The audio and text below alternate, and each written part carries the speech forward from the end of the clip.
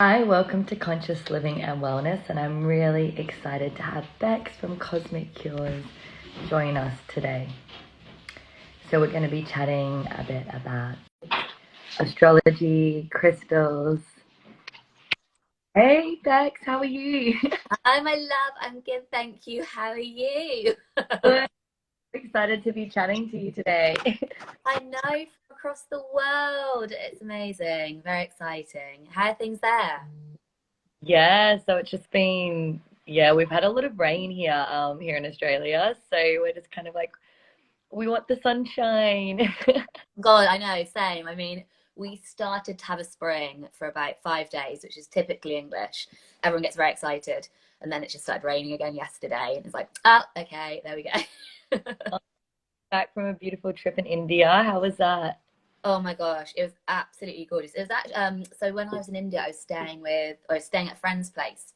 He lives over there. He's British, but he's a diplomat over there. And while I was at his place, he was in Sydney. So Oh, I was on his balcony, just enjoying the sun, having the best time. And he was sending me all these just videos of catastrophic rain coming down in Sydney. I was like, oh, but yeah, I mean, India was amazing. Have you been? I've never been. No, I've always wanted to go.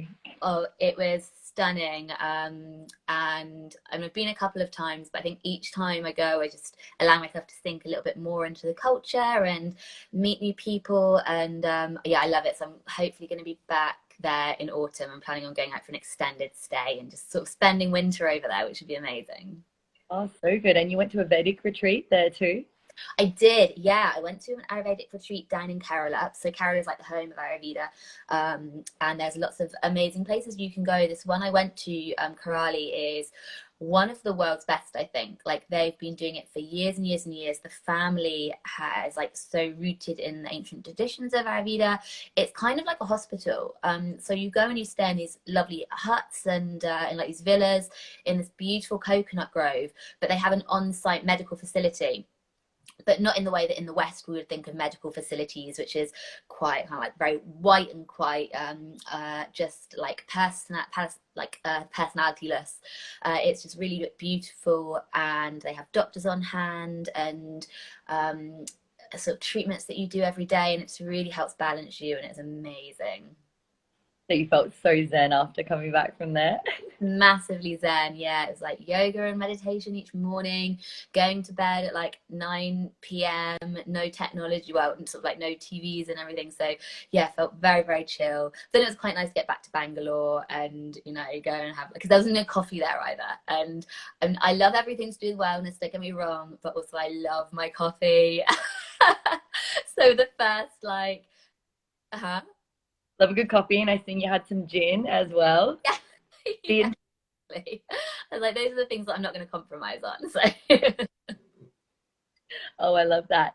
So I've already seen someone already put down in the comments, they're already asking, getting really excited about like the moon magic, already saying how is it affecting the Capricorn moon. So yeah, so we can get started telling us a little bit about yourself. For me, I'm Pisces Sun, Pisces Rising, and Scorpio Moon. So I have a lot of a lot of water. oh my gosh. So sorry, you say you're Pisces Sun. What are you rising? I'm Pisces Rising, and I'm Scorpio Moon. Whoa, that is a lot of emotional water going on. But I mean, great. I'm Scorpio Moon as well, and I sort of like wave that with a flag of pride. I think Scorpios get such a bad rap. You say Scorpio in astrology, and a lot of people are like, "Oh, okay, bit intense." But like, yeah, I Scorpios, they're just sort of connected to their inner power. That's all. They have huge potential to be connected with their inner power. I'm a Libra rising and a Virgo sun and a Scorpio moon. So I've got a nice balance. I'm lacking a little bit of fire in my chart, but that's okay because I've kind of got this Virgo that like wants to get things done, wants to organize, wants to plan. I've had to learn over life to encourage myself to take more risks, to push myself out of my comfort zone. And this is what's so great about astrology. It's what's so great about your birth chart. It's like nothing is set in stone. Everything is, it's just kind of like a roadmap. It can help navigate you. So when you understand more about yourself using astrology, you can be like, oh, right, okay, I am lacking a little bit of fire. I will have to go out of my way to take more risks. It doesn't mean that you're going to have a life of less excitement, of less spontaneity. It just doesn't come as naturally to you. If you have a lack of earth in your chart, then you might find like you're always having amazing ideas. You're always having like the sparks of ideas, which is fire. You're always communicating ideas, which is air, but you're finding it hard to actually ground them in reality. You're finding it hard to actually make these things happen for you. So when you look at your chart, you see, you know, I haven't got very much earth here. Then you just make the time to think, how am I going to bring a little bit of earth energy into my life? Maybe you work with certain earth moons. Maybe you, over Capricorn season, which is an earth season, you dedicate time to like creating those structures for yourself. So astrology is just like this wonderful, wonderful tool for helping you navigate life, helping you understand yourself. And I think that's just why I love it so much. Oh, I love it. And I've already seen people comment so excited. They're a Scorpio moon too. And someone asked Sarah as well, how can they find out what they are? So it's you, that's where you need your date, place and time of birth. So obviously the date and the place is probably you're gonna know. Time of birth can get a bit more tricky. Like I had to really, really force my mum. My mum's like, oh, sometime in the morning, sometime between like 8 or 9. I was like, I need to know the exact time, mum, because the time is really important, because that is like necessary to find out what your rising sign is. So the rising sign is the sign that's on the eastern horizon. There's where the sun was in the eastern horizon, the like moment that you took your first breath, and that changes every like 2.5 to 3 hours. So, and it can be on the knife edge. Like, so if I was born at 8 a.m., I would have been a Virgo rising, but I was born at like 8:12 a.m. Like 12 minutes later, I'm a Libra rising. And so all of my houses in my chart is different then. So the houses in your chart, when you look at a birth chart, you're going to notice 3 things. You're going to notice all of the little symbols throughout, and those are the planets. So those are where the planets and also the sun and the moon, the luminaries, were when you were born. And we all have all of the planets in our chart, right? Because when each of us were born, the planets were in the sky somewhere. So we all have Mars somewhere. We all have Jupiter somewhere. You're also going to notice around the outside the zodiac signs. So you're going to notice from Aries all the way through to Pisces. So again, we all have the constellations in our chart, like every single one of them. If it's, for example, Sagittarius season, and you're like, well, I haven't got any Sagittarius in me. I'm a Aries with Cancer and Leo. Then you still have Sagittarius somewhere. You might have your Neptune in Sagittarius. You might not have any planets in Sagittarius, but Sagittarius might take up your 7th house of love and relationships. So you really want to know when Sagittarius season is happening. So that's when we get onto the houses. You'll also notice in the middle, from 1 to 12, it's kind of like a pie. It's been divided up. And the houses signify areas of our lives. So you start with the first house, and the first house is the area of our life all to do with us as an individual. It can be how we look, how we act out in the kind of stage of life, how we present ourselves. You go through to the second house, and the second house is how we deal with the idea of value of like how we accumulate things around us, how we find safety, also our value of how we value ourselves, our confidence. Third house is more to do with our neighborhood, our siblings, our early learning, and it goes all the way through until we get to 7. And then from 1 to 6, it's kind of about the me, how I'm kind of going out there on the world stage. And then from 7, house 7, it's like your cosmic +1. So house 7 is where you have the house of relationships, of marriage, of love. House 8 is where you merge with another person, and that can be through finances, it can be through like sexuality, it can be through kind of psychology, and then you all the way through to house 12. And so each of the houses represents something different in your life. And so when the planets are going through these houses, then that area of your life is going to be sparked up. So you get to know a lot about yourself. You can learn about your kind of your traits. You can learn about what you are more kind of like cosmically sort of designed for, I suppose. But you can also kind of, this is how predictive astrology works. So you know that when a certain planet is about to go into one of your houses, then that planet is going to have effect on that area of your life. So you need your time, your place, and your date of birth, and then you can go onto like a website. So for example, astroseek.com or astrocharts.com, put that in and it will come up and you'll have great fun. At first it'll seem like very overwhelming, and you might want to kind of consult an astrologer and say, oh look, I've discovered this about myself, can you tell me more? Because it goes like way deeper than that. But it's a great way to just first start to get to know about yourself and first start to get to know what your sun, moon, and your rising are. And those are the big three. Yeah, definitely. Because I think, that was really good how you kind of explained it, because, it can get kind of overwhelming. And I remember, like, we're having circles and we're saying, and then, like, I had a few of the girls going, but we don't know what our rising or our moon is. I'm like, no, don't worry. You'll get to know, like, everyone, that stepping stone into it. But how would you say then you use astrology in your everyday life to really, like, guide you? So I use astrology hands down in my everyday life, just because I've engineered my life towards that. I actually have like a subscription, and that gives daily information on what the planets and the sun and the moon are all doing. And so I look in advance, because you can use this thing called transit charts, which allows you to see what the planets are going to be doing. I could tell you what the planets are going to be doing in the sky in like on this day in 100 years time just by using one of these charts. It's via the internet. It's a lot easier than like 500 years back where they'd have to do it all by like mathematics, because it was a science and a mathematics back then. But I look ahead, and in a subscription it might say that Jupiter is going to be sextile Uranus in the sky on the 17th of April. Then, using the knowledge I have of astrology, you kind of see how those two planets are going to interact. So a sextile is when planets are 60 degrees away from each other. It's what's known as an aspect.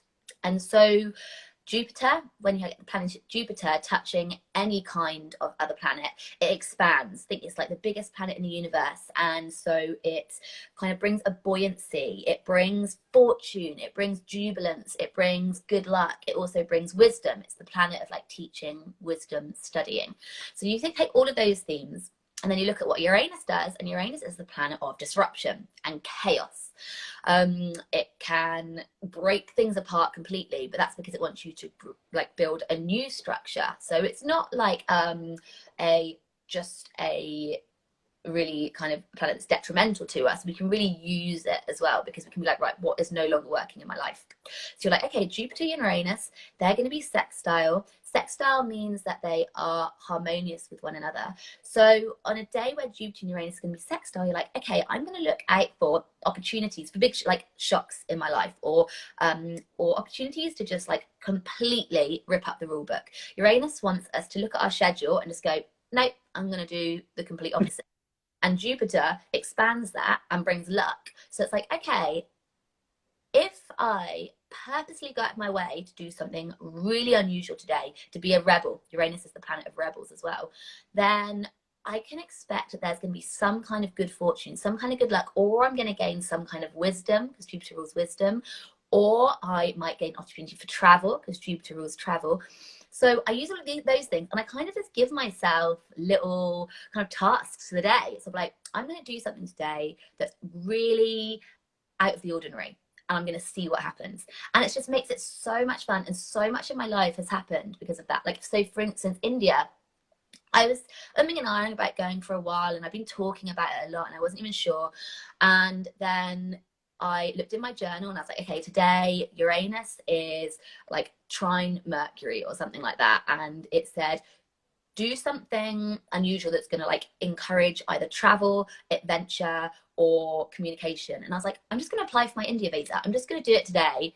And after that, it was like, boom, boom, boom. I went on my trip. And who knows, if I hadn't had that cosmic push, I might not have done that. Maybe I would, maybe I wouldn't. But I use astrology in my everyday life by looking at what the planets are doing, looking at how I can integrate that energy into my own life, and looking at how I can just have a bit of fun with it. And it just makes life like so much spicier. It just really makes me feel tuned in as well, you know, like it's just a great way of connecting with something higher, and I love it. And that's what I really love, and I especially really like around, when it's like, either full moon or new moon, how you'll have like little prompts, or you'll have either like mantras to say for your star sign, which I think is, really cool to do, to like you said, get that really spice and get you thinking about as well about things in your life, because sometimes I feel like we do need that little kind of push of like reflection of what's going on in our life right now, or what we want, like take that risk, go on that trip. Oh my gosh, you completely Yeah. nailed it, babe. Yeah, totally.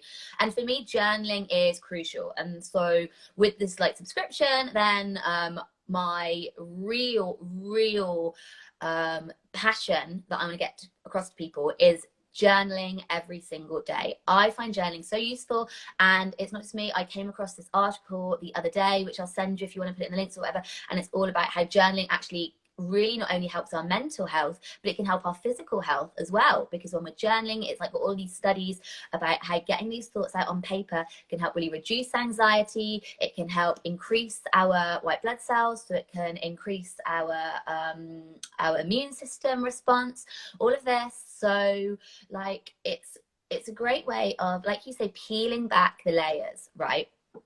We this is and it's a way of touching base with that intuition. So intuition is a word that is thrown around a lot in the wellness, the spiritual community. But it's funny how often I get people saying like, but I don't know how to get in contact with my intuition. And all your intuition is it is that part of you deep inside that knows what you need, that knows what is best for you. We all know at a soul level what is best for us. But we get like all of these layers of fear, of doubt, of anxiety piled on us. And this is from limiting beliefs, things that happen to us from like a young age, but it's also from just the state of the world at the moment of like, oh my God, I'm so busy. I've got to look after this person. I've got to go to this job. I've got, this deadline. And this really stops us, this disconnects us from like the truth of what we need in life. And so what journaling does is it takes that moment, like at the beginning of the day or at the end of the day, if that's better for you, and it asks you a question. And it might say, what are you really passionate about in life at the moment? Or it might be like, what am I feeling called to share at the moment? And often we don't ask ourselves like those kind of questions. So when we do end up like peeling back those layers, we learn so much about ourselves, and it's just really, really great for touching base. Yeah, I think somebody mentioned that you have an astro guide is really good. And yeah, because one of the things you mentioned, is there anything that you can drop in the links later about like with that astro guide, so they can get started and kind of know this information that we're talking about as well. And you have a Moonchild Society as well. Yeah. Yeah. So the Moonchild Sorority is a newsletter, and you can sign up by link in my bio, and that's free, and that comes out like weekly, and it gives like tons of information about what's going on in stars and how you can connect with that. It gives like little bits of information about holding your own rituals, for example, or yeah, like you say, journal prompts for your sign. And then the Astro Guide goes like one level deeper, and with that you can also get daily emails from me, daily updates, which just ask you a journal prompt each morning. It tells you what the sun and the moon are doing, what the planets are doing, and it'll just ask you one journal prompt to reflect on. And you might read that in the morning, and you might think about it on the train, you might think about it on your morning walk, and it's just a really, really good way of understanding yourself a bit better as well. And it's so funny, like I'll put up things and say like, don't worry if you're feeling a little bit spaced out today, a bit daydreamy. It'd be like, yesterday the moon and Jupiter were conjunct, they were next to each other. The moon moves really, really fast. So the moon moves through all of the zodiac signs once every month. So it touches each of the planets once a month. And yesterday it was next to Jupiter in dreamy, ethereal Pisces. As we said, like Jupiter expands, the moon connects us with our intuition, like our deepest needs, but it also isn't great for like grounding us in the here and now. So I was like, don't worry if you feel like you can't really focus on anything. Don't worry if you just feel like you want to daydream all day or like just be creative, because, that's pretty much what this energy is. I had so many people messaging me like, oh, it's so good to know, because I just haven't been able to focus on anything today. And I'm like, don't worry about it. It's the planets. You'll feel a whole lot better tomorrow when Aries, like moon moves into Aries and we get a bit of fire energy. It'll be okay. And I think that's so good what you're saying, like acknowledging that and being like, okay, I'm in this state, but then honoring, like I think that I've seen, you know, in some of your work, the cycles as well of the moon, and be like, okay, I'm in this intuition state of creativity, and let that be, instead of sometimes we fight against it, and it's like, okay, how can we acknowledge it and be like, okay, maybe how would you plan then, you know, looking into astrology, like obviously either work commitments or like things that are coming up, like projects around astrology and moon Yeah, phases. so that's a great question. And with that, we work with like the lunar phases, and the moon goes through kind of like 8 major phases throughout her like cycle, and each of them brings a different energy to us. So we start off with the new moon, and we've got one of these like tonight slash tomorrow, depending on where you are in the world. And the new moon is a period of quite low energy, and the day before the new moon is known as a dark moon. Mm. Is try not to do too much, or try not to set yourself up with doing too much on a dark moon or around a new moon, whether that's projects, whether it's presentations, whether it's going out on dates or being really social. Because your energy is likely to be at a lower ebb. You're likely to just want to kind of like rest and retreat a bit. If we think a new moon is when the sun and the moon are in the same constellation, we can't see the moon in the sky when we go outside. It seems to have retreated slightly. So this is a period for us to retreat as well. And this is why we set intentions over a new moon. It's because it's thought that when the moon disappears from the, appears to disappear from the night sky, it's still there, just like because the sun is right next to her. The reason we see the moon, like generally, is because the sun's light is shining on a portion of her. So when they're in the same constellation, then it's kind of like blocking. It's blocking off. So that's why it disappears from the night sky. It appears to. And so during this time, we set intentions because our intuition is kind of increased. It's a period of like stepping back from the world, and again, like doing this journaling, doing the work, like asking yourselves, like, what is it that I want to put into place? What do I want to change about my life? And intentions essentially creating conditions for success. So with intentions, you think about the person that you want to embody.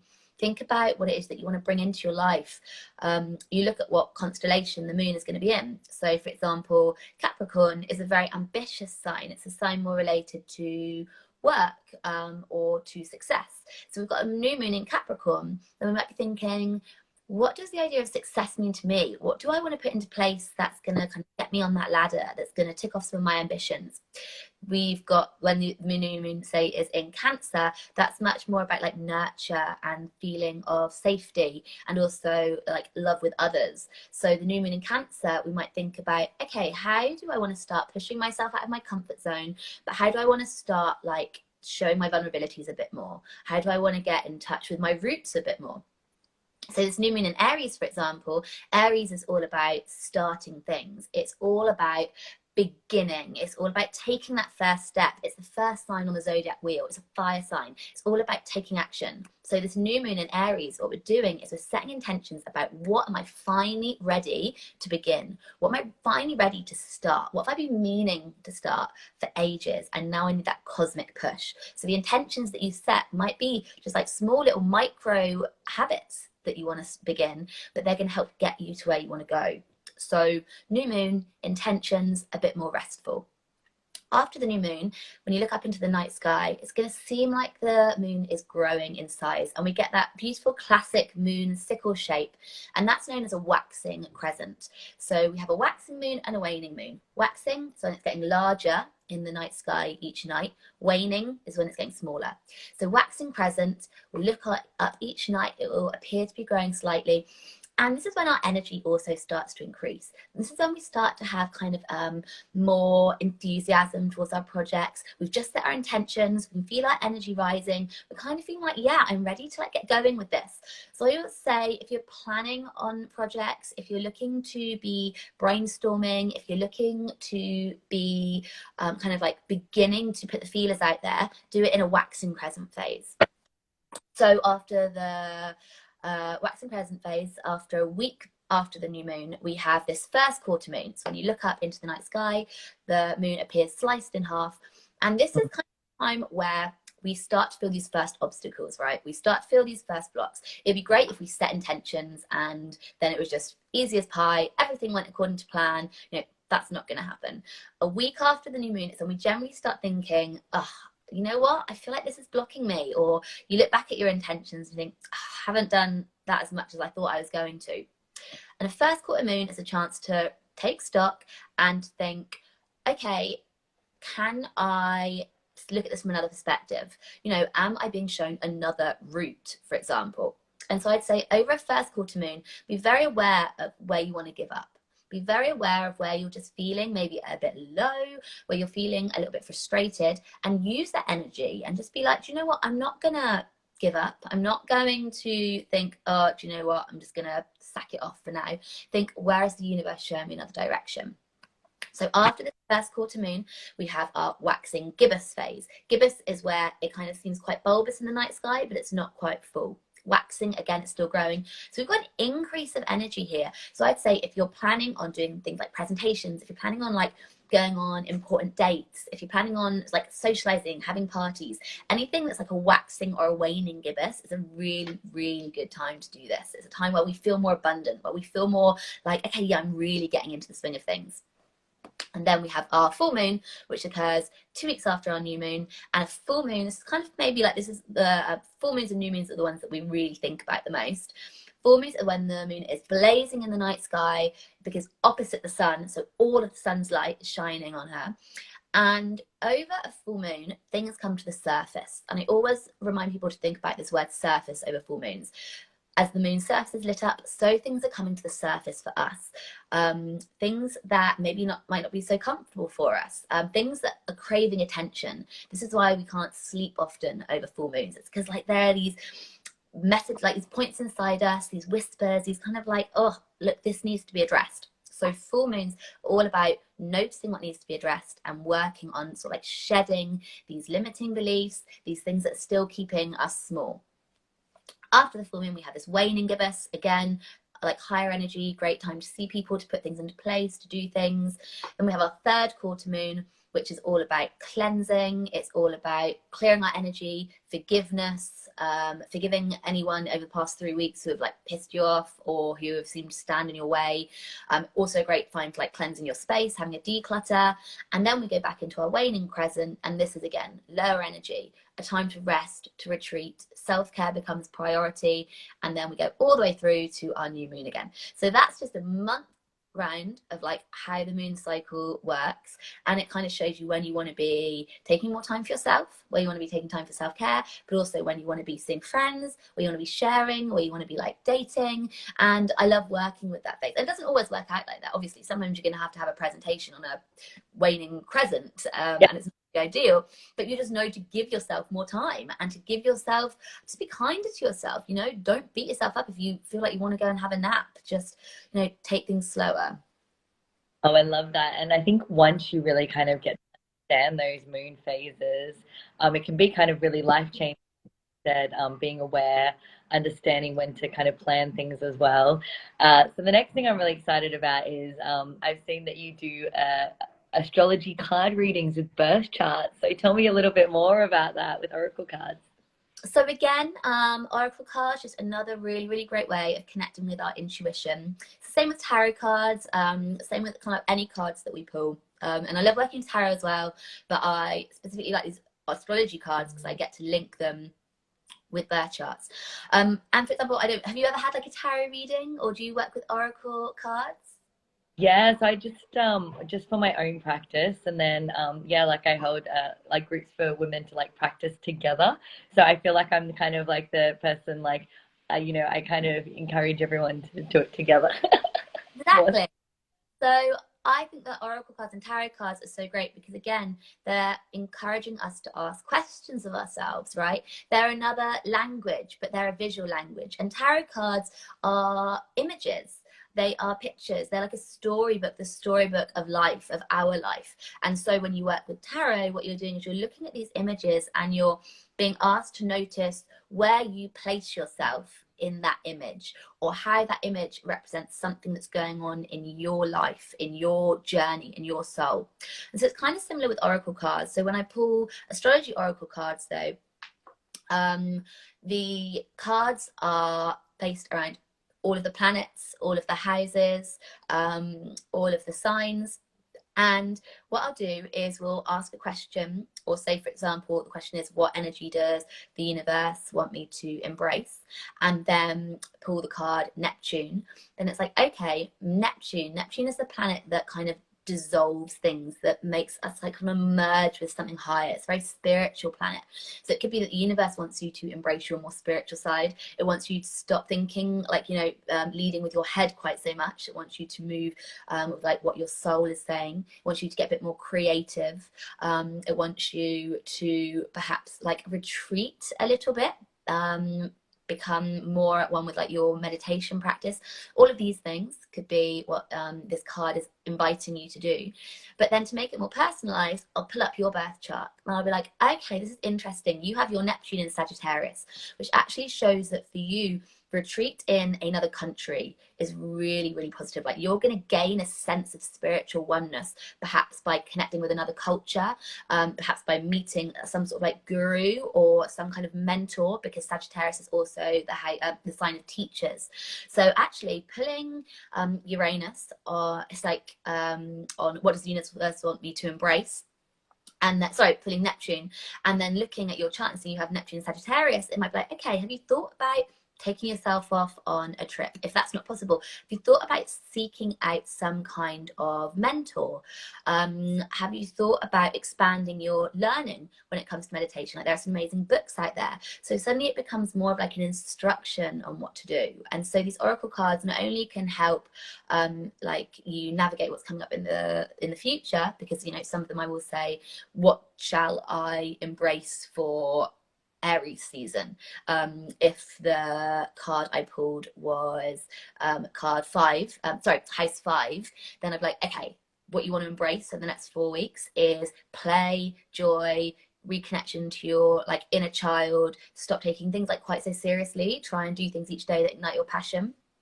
And so it's like it's a mixture of things. Basically, it's like, what do you want to bring into your life a little bit more, but also how can you connect with what your birth chart's also saying? See, I love doing astrology oracle card readings because they just open up so much. Often they're so scarily accurate of like where people are in their lives anyway.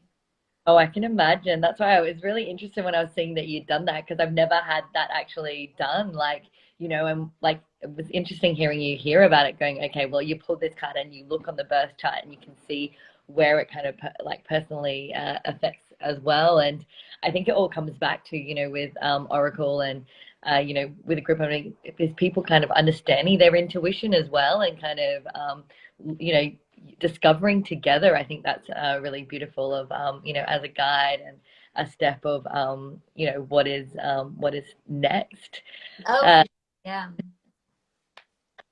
and I see you're a crystal queen like me. I love crystal. What's your favorite? So I'm like I'm Pisces, so I've obviously got my aquamarine. But yeah, I think yeah, I've got a few. Yeah, it's so hard just to pick one, isn't it? It's like, they're all my babies. I've Moldavite is a stone that I've, you know, it's come in and out of my life, but it's very kind of powerful transformer for me as well. So yeah, usually I am attracted more so, you know, obviously to your blue stones as lapis. That's all. Yeah. How about you? I feel a real connection to citrine. I love citrine. I've got like a citrine pendant that I bought from like Machu Picchu that I wear all the time. I've got a beautiful like citrine egg that my dad passed down to me. He's very much into crystals. Like I got so much of this from him. We used to go to Glastonbury, like the village, when I was younger, and just like pick out crystals. And he's got crystals that he brought back from India when he went like 20 years ago that he's now passed on. And so I love working with citrine, and citrine is amazing for balancing the solar plexus chakra, so Manipura chakra, and that brings us a sense of control. It makes us feel like we have control over our own destiny. It makes us feel like we have the power to make things happen for us. It also brings us a sense of joy, a sense of confidence. It really helps connect us to this kind of feeling of optimism. So I love citrine. I also adore black onyx. Like black onyx is one of my favorites. I feel like that's my Scorpio moon coming out with the black onyx. But black onyx is a beautiful transformer stone. So it was used to be used in like Native American and Peruvian ritual, when there was kind of like this, when you were sort of like transforming into or going on like these kind of inner quests to go from child to adult, and it's supposed to sort of like help you through like the darkest of nights. And I find that like my power stone. So I always, whenever I go anywhere, I always take like my little piece of black onyx with me and my citrine. So those are kind of like my two favorites. And then each morning, if I'm doing like a crystal meditation, I'll ask myself, what do I feel like I want to bring into my life today? Do I feel like I want to, bring in like a bit of like luck or like seizing the day energy? I might grab aventurine or septarian. If I feel like a bit overwhelmed, I'm like, okay, I'm just going to do a bit of work with moonstone or amethyst or iolite just to like chill me out a little. Lepidolite just to chill me out a little bit. If I'm working with my intuition, if I want to contact some spirit guides, then celestite I always love. Apophyllite is beautiful for that. So yeah, it's just kind of like I see it like going into a wardrobe and seeing what you want to wear for the day, and picking it out like an outfit, but seeing like what you want your like vibration to be for the day and picking out a crystal and be like, I'm going to work with this one today. Oh, I love that. And if anyone has any crystals that they want to share, that's any of their favorite that they want to drop in the comments as well. Yeah, my really kind of grounding is obsidian, and yeah, I got this obsidian bracelet from when I was in Guatemala, and that's kind of when I feel like I need some like extra protection or like really grounding as well. And I've got my moonstone. I always wear, so that's always I feel it just connects me. Yeah. Oh my gosh, that's so beautiful. Yeah, those are some great combinations that you've got going on there. Yeah, so I'm like with you. I'm like I can't. I feel like when I get with my practices, like you said, in the meditation with the crystals, I've got like crystals by my bed, and I've got recharging like rose quartz if I need kind of to charge up, hold them, and yeah, it's it's the funnest thing discovering crystals and bringing that into your practice and like your ritual as well. So would you use any crystals in like your oracle readings as well?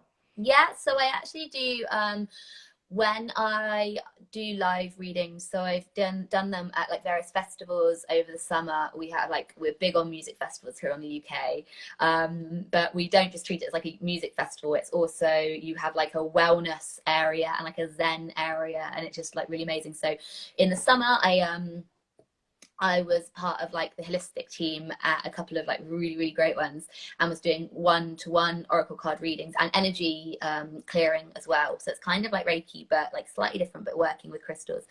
And I would like maybe select I'd read the cards for them based on questions, but then there'd be like a wild card at the end. So I think there was things like a citrine, a red jasper, and like an amethyst, and there'd be a card by each. And I just ask the person to just take a moment to like hold each of the crystals to see which one they felt most attuned with, and then which one they did. The card that correlated was the one that we picked, and that was like their wild card, and that was kind of like what the universe wanted them to know at that moment. And so that's a really great way of like combining them. Oh, I really love that. We're starting to see here more so at festivals here in Australia, a little bit more of the healing space. But yeah, that's so cool. I haven't had yet like a oracle reading at a festival, so that'd be really cool. Like we've been doing like part of sacred women's circles. We've kind of they're bringing that into there as like a really space. But I think over there in the UK, you're really leading the way with like having that safe space. Also, someone put some crystals in firework stone and Oh, I've not heard of that one. Yeah, apple I have pie. Yeah, what do research. you, yeah, I have to. Amazing, new one to buy. Yeah, it's always exciting. Well, yeah, that's I've been connecting. I got some like some Australian stones as well. So it's like good really connecting with some from the land as well and going like looking for crystals as well. Yes. Oh my gosh. Yeah. I mean, if you can do that, then that's just like a dream. I'd love to go on like a little yeah, crystal finding hike somewhere and locate some myself, as long as yes, it's okay to take them. But yeah, one day I want to go into like the amethyst caves or whatever, and the ones that you have like down in Mexico as well. Like that would just be incredible to go in there, like feel the energy. So that's gonna, I'm sure, be a trip at one point. Well, if you come here, have you been to the Byron Bay? They have a place called the Crystal Castle, and they're like everywhere's like crystals. Yeah, they have like a crystal labyrinth made out of rose quartz. It's like yeah, stay there just being like soaking it. Oh my God, for sure. Wow. I mean, I'm due a trip to Australia soon, and one of my best friends has just moved over there to Sydney. So I'm really hoping either the end of this year or beginning of next year to come out there. So I'll obviously be coming and visiting you for one of your sister circles, which will just be the dream. And then, yeah, I have to like head to the Crystal Castle as well. Come for some summer festivals and do some oracle readings. That would be really cool. Oh my God, I should see if I could, couldn't I? And then I can put my flights down as like a tax expense. Yeah, you're like I'm coming over. Yeah, Um, it'd be great. So coming up for this new moon, which is I've also seen it's a really important one in the Vedic as well, astrology coming up. Have you got any kind of little secret like hints or tips for anyone watching today to think of? So this is going to be a really interesting new moon for us all energetically, because Aries, as I mentioned, it's this cardinal fire sign. So it comes at the very beginning of the zodiac wheel for us in like Western astrology. It sparks things off. New moons are all about new beginnings, fresh chapters, setting new intentions. And cardinal fire signs are all about like being a pioneer in our own lives, like taking that risk, taking that leap, being spontaneous, like finally having the courage. Aries, very much to do with courage. We think about the symbol of Aries as well. It's the ram, and that kind of, we've got the horns of the ram that kind of does want to like butt forward and go for things and have like the courage to do that. And also, if you think about the coat of the ram and like sheep, is that you kind of like shear it and then it grows back, and so it's this idea of like renewal. So Aries energy is very much about renewing ourselves. On this new moon as well, though, we have the sun and the moon conjunct, so next to Chiron, and Chiron is a comet. But Chiron in our charts, and Chiron, you know, in the universe, represents the wounded healer. So it represents the deepest wounds that we all feel throughout life, and not necessarily wounds that we can fix. It's not wounds that we are here to heal ourselves, but the idea of it being the wounded healer is that in assessing and acknowledging our own Chiron wounds, we have then the capacity and the power to hold space for others to help them work through their wounds. So it's kind of like a very selfless act to understand your own Chiron wounds, so that you can then help others and you can be the healer of others, and then hopefully you will get like that same reciprocity from others. So this new moon, don't be surprised if, as well as feeling like you really want to get something started, you kind of like feel like this itch building, like this, like, right, I'm finally ready to do this, I'm ready to put something in place. Don't be surprised if you also feel certain vulnerabilities coming to the surface, if you feel a little bit more like sensitive, or you feel like your biggest, like what you kind of see as your biggest failings, if you start to feel like they're holding you back and blocking you. So say, as with all of this, never ignore anything, never try and push anything down. When things come up where you think, right, I really want to start this, like set yourself a little challenge. Think to yourself, what do I want this new moon to be the origin of? In 6 months' time, in a year's time, when I look back, what do I want to say to myself? Wow, I started this on an Aries new moon and it's got me to where I am here. It might be that you want to set up a website that's going to be about your business. It might be that you want to start dating again, so you're going to put yourself back out into the dating field. It might be that you want to start looking for a new place to live. So you're like, right, I'm finally going to start to, or a new job. So you might, you know, start to look for those things, but you haven't actually begun to. It's just all up in your head. Use this Aries new moon as a chance to start putting things into place. It could even be something as simple like, I want to get healthier. So you start an exercise regime over the Aries new moon. Now remember, it doesn't have to be a big thing. It doesn't have to be like, right, okay, I want to start a business, I'm going to go and like quit my job and take out a loan. You know, it can be little things like I'm going to spend like half an hour every day for the next like 4 weeks doing the research that I need, like setting up some spreadsheets and like accumulating information. So it's identifying what it is that you want to put into place, what it is you want to start, what it is that you want to begin, and giving yourself little challenges to do over the next 4 weeks until we have the next new moon in Taurus.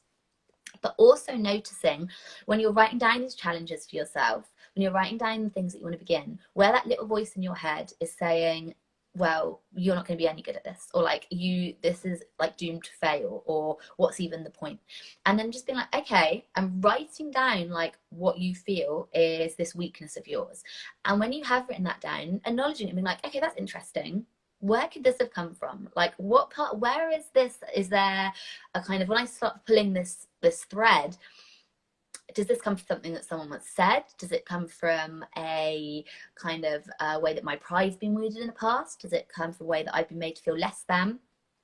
And then in doing so, writing yourself this positive affirmation that's opposed to that. So say you're thinking, do you know what, I'm really ready to start like dating again. I'm going to use this Aries new moon to get onto like a dating app. I'm going to just, chat to people once every day for the rest of the month. I'm maybe going to try and set up a few dates. And then this little voice inside your head says, well, what's the point? Like, you're not right. You're really shy. No one's going to really want to date you. Being like, okay, this is interesting. Where is this coming from?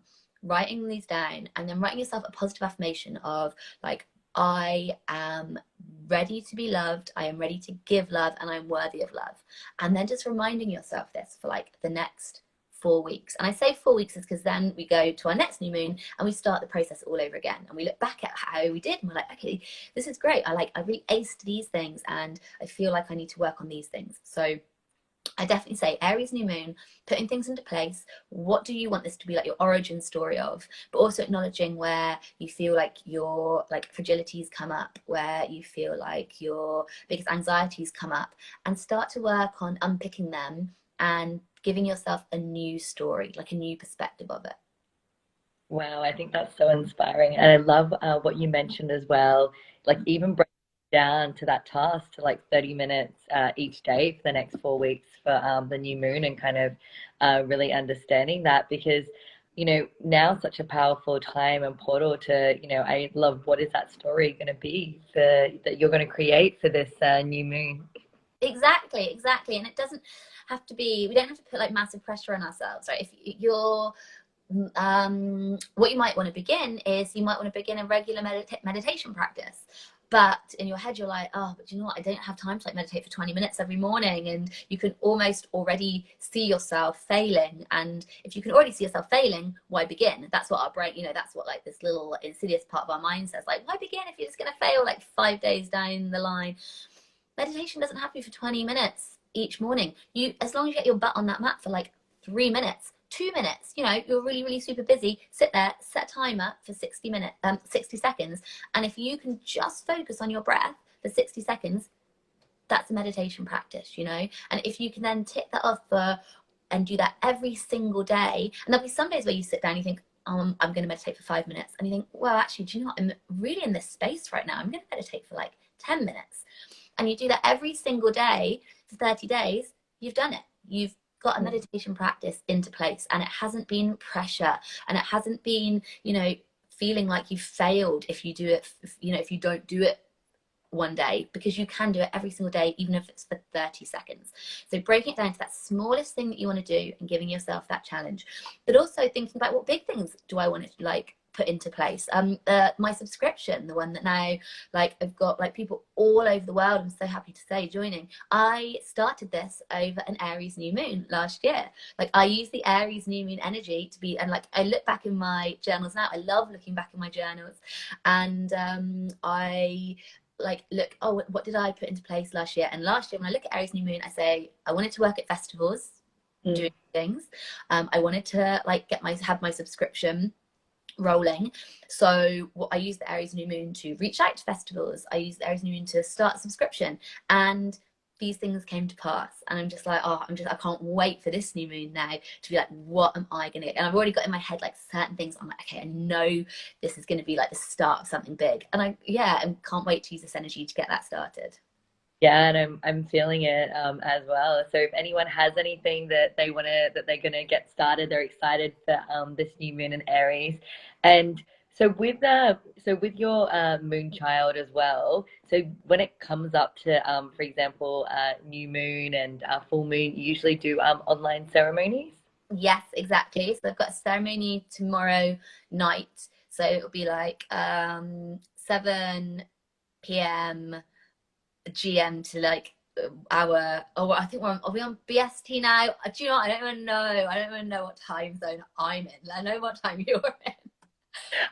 UK, Opposite. Your huh? 7:30 will be like our 8:30 maybe a.m. or Yeah, I think so. Like the next day, yeah, the because next day. I'm on British summertime now. Anyway, yeah, so it'll be back. So if you do want to join, like, yeah, for sure. Like it'll be your Saturday morning. It's like, yeah, 7 p.m. It'll be, yeah, your Saturday morning, maybe like 8 p.m. and I think 7 p.m. Friday night for any of the UK or European people want to join, or like I've got gals from America that join, which I love every time I see them. Like little shout out to my American chicks, but yeah, like from all over the world. It's amazing, like and if you can't make the live, then you can buy the recordings. I record each of the ceremonies. It's all done over Zoom, and so you can get that, and it basically just leads you through an hour and 15 minutes. It leads you through an entire ceremony. So we start off with a grounding meditation. We move on to do a bit of journaling to get us like into the zone. I tell you what energies you can be expected to kind of like tap into. We'll do some very specific journaling based on your birth chart as well, if you buy like the accompanying guide.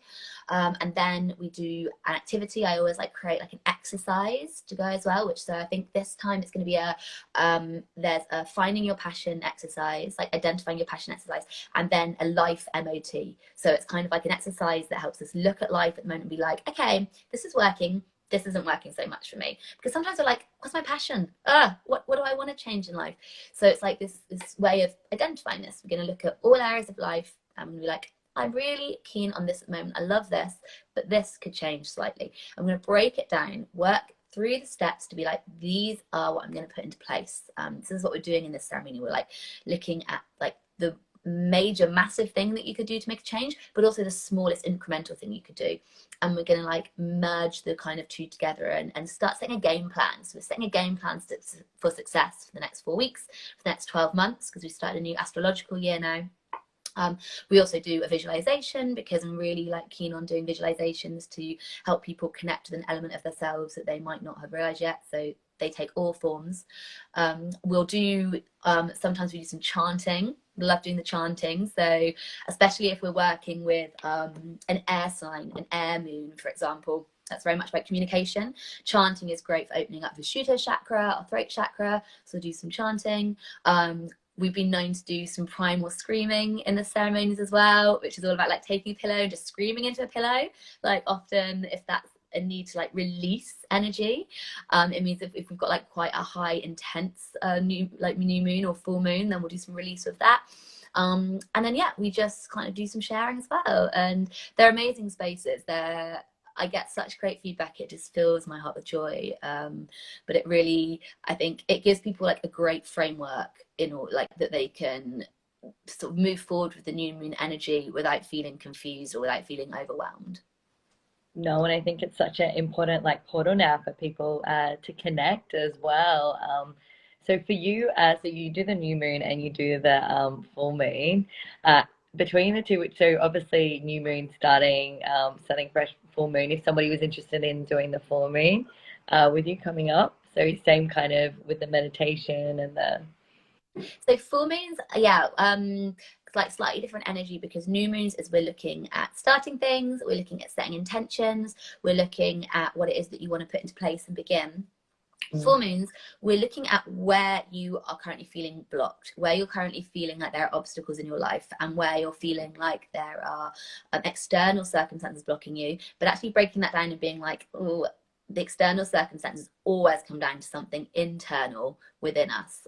You know, some kind of like fear that we have over abundance or trust or faith in ourselves or in like what's going to happen in the future. So with full moons, we're more working on breaking those things apart, like working out what is it within us, where our fears lie, where are these things like limiting beliefs lie, and where we can work on switching the narrative in our head. And we do that by, again, meditation, journaling, exercises. But then towards the end, rather than setting intentions and working with manifestation, which I do on the new moon, we actually work on writing out limiting beliefs and then turning those into positive affirmations. And then we work on like a burn ceremony. So we work on like burning those limiting beliefs, like the ones that we've written down, in kind of like this act of like relegating them to fire. And fire consumes, but then it also signals kind of like a rebirth, almost like this kind of phoenix rising from the flames. So we're more working on shedding on a full moon, working on renewal on a new moon, working on shedding on a full moon. Oh, I love that. So renewal and then a bit of the shedding as well.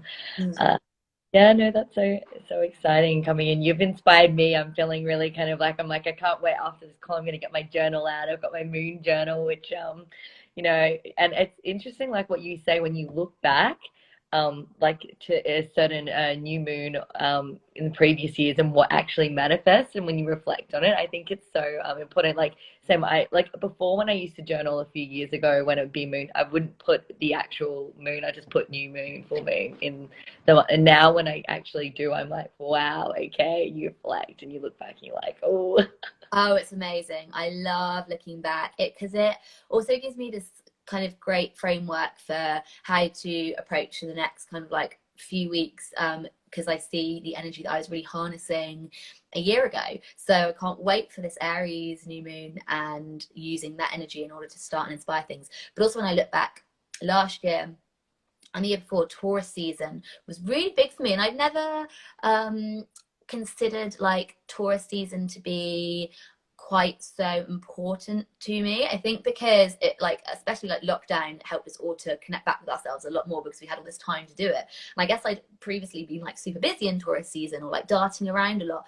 So returning to myself during Taurus season, it's really important to do that. Taurus is a fixed earth and it's all about grounding, stillness, having patience.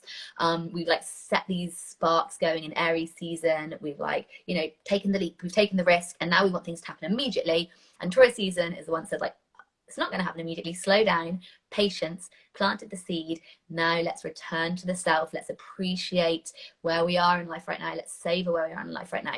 And that was huge for me in the last couple of years. And so much has come up when I've worked with Taurian energies. And before, when I wasn't doing that so much, things felt like they progressed at a slower pace. So I'm also like now can't wait for Taurus season because I'm like, oh, I know I connect so well with that. So it's just, again, it's like getting to know yourself at different times of year. It just becomes so much more fun. It like becomes fun. It becomes more expansive. And it's just, I just love living my life this way. And I'd recommend it to anyone, you know? So yeah.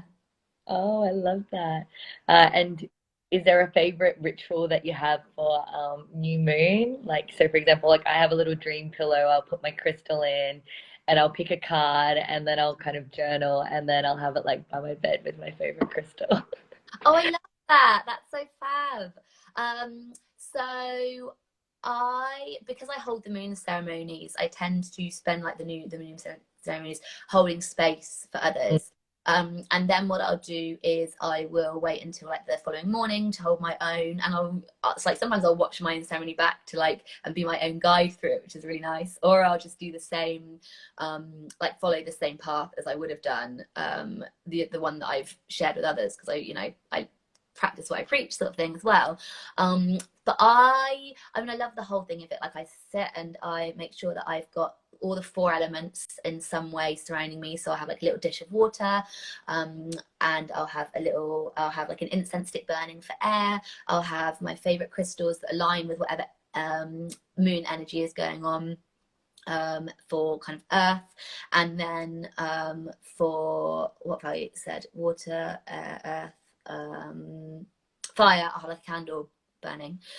And then, yeah, I'll sit and meditate, and then I'll journal. I'll pick cards as well. And I'll just like, right, I just love giving myself like that time and that space. And that's another reason why these rituals and ceremonies are so fab. It's because I'll be like, right, I'm going to give myself like 2 hours now where I'm purely focused on myself, and I'm focused on my own like self-development, and I'm focused on like my own like, and like taking those like internal feelings and thoughts and putting them onto the page. And it's a real indulgence, but like a fabulous one, and so much comes up from it. Yeah, and it's so powerful to kind of integrate as well. Yeah, I'm the same after like holding space or ceremony. Mine is a bath as well. I'll be integrating in the bath. Oh my God, you're such a Pisces, I can't even. Your water sign. Because that's what I was gonna say. Actually, I tend to go for a walk. Like there's like beautiful woods near me, and I need to be in nature. Like in order to process a lot of it, I'm like, okay, being in nature, either being in sunlight or being around like the trees is really, really powerful for me. And that's totally my Virgo sun coming out and being like, I want to be in nature. So yeah, I think that probably does kind of correlate quite nicely. Interesting. Like, yeah, what we're saying before with astrology, yeah, what kind of calms us and what kind of brings us that integration as well. Thank you so much. I've been so excited for you coming on, and a lot of the women were really excited. So if you want to drop the link so they can, for your moon child, also a few people are interested in the Astro book as well, finding out a little bit more about that. And yeah, I think it's just I'm feeling so inspired for the new moon. I'm looking forward to your next so follow Cosmic Cures, and you every just before new moon, full moon, you'll do some journal prompts as well, and you've got the links on your page as well. Yes, for sure. So if you go to my link tree, then you can like learn more about the astrology oracle card readings, more about the Astro Guide subscription, more about the newsletter. Yeah, there's a bunch of different goodies in there. So just go to that. And on the grid, I will be posting some journal prompts for the Aries new moon later, and just some information as well regarding like how to set up a ritual space, all of these different things. So yeah, keep an eye out for that, and you can learn a lot more about this upcoming energy we've got over the next couple of days. Yeah, definitely. Oh, thank you. Well, thank you so much for having me, babe. I've, yeah, really been looking forward to speaking to you, and it's been amazing. I can't wait till we meet in real life at some stage. Yeah, hopefully you'll come to Australia, or we'll catch up soon. Oh, no doubt. All right. Well, thank you so much for having me on, and I'll see you soon.